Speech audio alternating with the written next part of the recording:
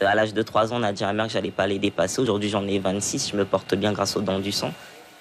Derrière cette voix, un jeune entrepreneur. Depuis sa chambre transformée en laboratoire, Taylor Fixie gère 2 entreprises spécialisées dans l'informatique et l'électronique. Une vie quasi normale, rythmée par la prise quotidienne de médicaments et une transfusion sanguine toutes les 6 semaines, seul moyen de limiter les crises douloureuses provoquées par la drépanocytose.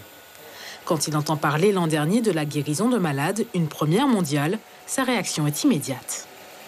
J'étais content déjà pour moi et puis aussi pour tous les autres drépanocytaires. Et c'est une dose d'espoir, encore une fois de plus. Et puis ça me donne encore envie de me battre encore plus.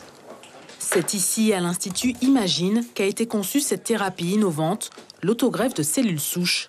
Le principe, prélever des cellules malades dans la moelle osseuse du patient, les modifier génétiquement en laboratoire et ensuite lui réimplanter ces cellules corrigées par voie intraveineuse. Un procédé utilisé en 2014 chez un patient de 13 ans. Ce patient aujourd'hui va très bien. Il est à peu près 3 ans après la thérapie génique qui a été réalisée effectivement à l'hôpital Necker.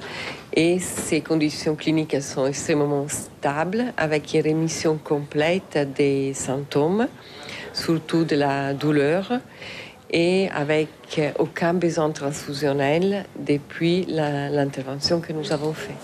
Jusqu'ici, la greffe de moelle osseuse, souvent celle d'un frère ou d'une sœur compatible, était l'unique voie de guérison possible. Mais seuls près de 20% des patients pouvaient trouver un donneur compatible. Alors les chercheurs se sont concentrés sur l'amélioration de la vie quotidienne des patients.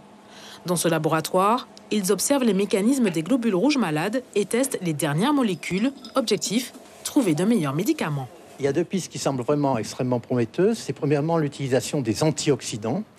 Et parce que le globule rouge drépanocytaire est extrêmement oxydant, justement. La deuxième piste, c'est d'essayer de diminuer les interactions entre le globule rouge qui colle à la membrane du vaisseau.